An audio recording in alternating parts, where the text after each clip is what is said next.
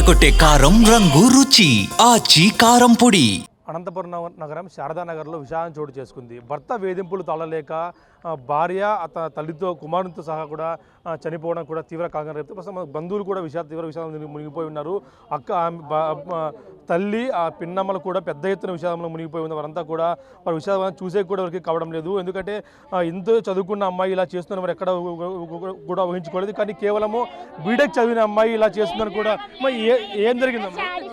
ఏం లేదన్నా ఒక రోజు ఏదో బిర్యానీ తెచ్చుకొని తింటే పిల్లకి మా నాయన వచ్చింటే పెట్టి లేవంటే మీ నాయన వచ్చేది నాకు చెప్పింటే నేను తెప్పిస్తుంటే కదా, నాకు ఇది వచ్చినాక చెప్తావు రావి అంటే నన్ను ఎదురు మాట్లాడతావా నాకు అని పట్ట తల్లిదురుగానే కొట్టినాడు నాయన. తల్లిదురుగానే కొట్టినాడు.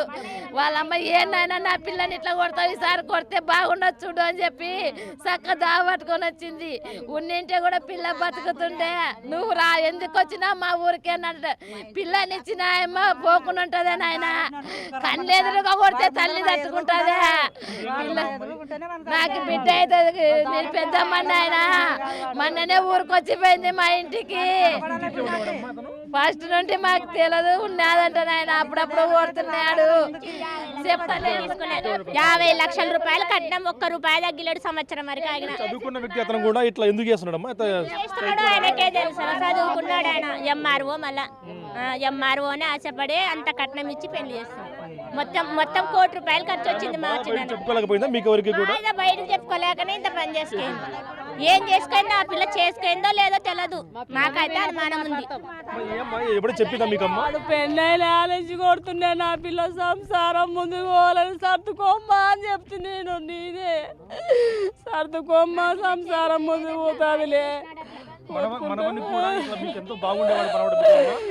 మనవాడు ఏం సార్ చాలా బాగున్నాడు పిల్లోడు.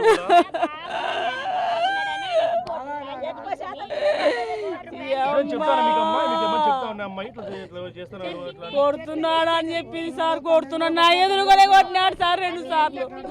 నా ఎదురుగానే కొట్టేవాడు. కట్నం ఈ మధ్యన సతాయిస్తున్నాడు. పండగకి పిలిస్తే నాకేమన్నా పెడతారా? మీరంతా పండగకి పిలుస్తారంటే ఏం పెడతాం సార్? పండగకి పిలిస్తే ఏం కట్నం ఇవ్వాలా? ఈ నా కొడుకే విట్టి అడుగుతున్నాడు అనుకుంటుంది. లోపల ఎంత బాధ పెట్టినాడో పిల్లని నాకు తెలియదు. కొట్టినాడు, నిన్న కూడా కొట్టినాడు. నిన్న పొద్దున వరకు కొట్టినాడు, మొన్న రాత్రి కొట్టినాడు. నా ఎదురుగానే కొట్టా. ఎందుకు కొడుతున్నావు? నా పిల్లని నేను పిలుచుకోదంటే పిలుచుకోవు అంటే పిలుచుకొచ్చి పిల్ల సంసారం సర్దుకుంటారులే అని పొద్దు పొడిస్తే ఇడిచి పెట్టి వస్తే పిల్లని వాడు మళ్ళీ ఏం కొట్లా అన్నాడు. ఏం చెప్తారంటే ఫస్ట్ నుంచి కూడా ఇట్లా సైకో మాదిరి బిహేవ్ చేసేవాడా ఇతను? సార్ మామూలుగా అంటే అప్పుడప్పుడు భార్య భర్తలు కొట్లాడుతున్నారు సార్. కొట్లాడుతుంటే మనం ఏమంటే ఏం చిన్నమాట అంటే సర్దుకుంటారు లేని మనము వాళ్ళ మధ్యలో వాళ్ళ అమ్మ వాళ్ళ ఆయన మనకు ఇట్లా చెప్తే మేము కూడా ఏం చిన్నమంటే సర్దుకుంటారు లేక మనకి అనుకుంటూ కూడా ఊకుంటాం సార్. అందులో చదువుకునే వ్యక్తిగా సార్ ఆయన. ఒక ఎంఆర్ఓ స్థాయి, జిల్లా మెజిస్ట్రేట్ ఆయన, ఫస్ట్ క్లాస్ మెజిస్ట్రేట్. 10 మందికి నీతి చెప్పాలా, 10 మందికి సాయం చేయాలన్న అటువంటి వ్యక్తి. ఇంక మనము ఆయన మర్యాద ఎందుకు తీసేయాలా బయటికి అని మనము ఊకున్నాం సార్. ఇంకా మారతలే. అది మాకు కూడా చెప్పింటే ఇంత దూరం కూడా రా సార్, మేము ఎప్పుడో నిలబెడుతుంటే మాకు చెప్పలే కూడా ఇంత జరుగుతుందని. అప్పుడు కుమిలిపోయింది ఆ అమ్మ, ఎవరు లేరుకొని కుమిలిపోయింది ఆ అమ్మ. మాకు చెప్పిన కూడా మాకు మేము చెప్పుకోలేకపోయింది ఆ అమ్మ. తల్లిదండ్రులు చెప్పింది ఏదో కొట్లాడినా అనుకున్నాం మేము సార్లు. భార్య భర్తలు లేము మామూలు అనుకుని మేము ఊకున్నాము. కానీ ఇంత దూరం వస్తాను మేము అనుకోలేదు సార్. ఏం చెప్పారు మీరు? ఏం శిక్ష వేయాలంటారు? ఆయనకు ఖచ్చితంగా శిక్ష పడాలి సార్. ఇది చదువుకున్న వ్యక్తే ఉండి ఒక స్థాయి, ఒక హోదాలో ఉండి పెళ్ళాన్ని సరి చూసుకోలేక పెళ్ళాము ఇంత టార్చర్కి గురై చనిపోవడం అంటే మామూలు వ్యక్తి కదా సార్. రెండోది ఆమె ఊరికి ఆ తల్లి కూడా చదువుకునే వ్యక్తి, ఒక బీటెక్ చేసింది ఆయమ్మ, బీటెక్ లో టాపరు. ఆయమ్మ కూడా ఇంత మానసికంగా కృంగిపోయింది కాబట్టి అంత టార్చర్ పెట్టినాడు ఆమెని. ఇంకా అంతకుమించి ఏం లేదు సార్. అయితే భర్త అంత పెద్ద చదివిన భర్త కూడా ఇలా చేయడం మేము ఊహించుకోలేదంటూ చెప్తున్న పరిస్థితి ఉంది.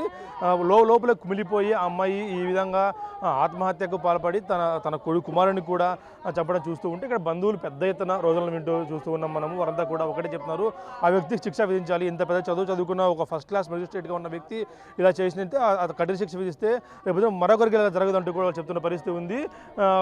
ఎంతో లక్షల బోసి కట్నం ఇచ్చి వరకట్నం మరోసారి వేధింపులు కూడా గురి చేసేవాడంటూ కూడా బంధువులు చెప్తున్న పరిస్థితి ఉంది.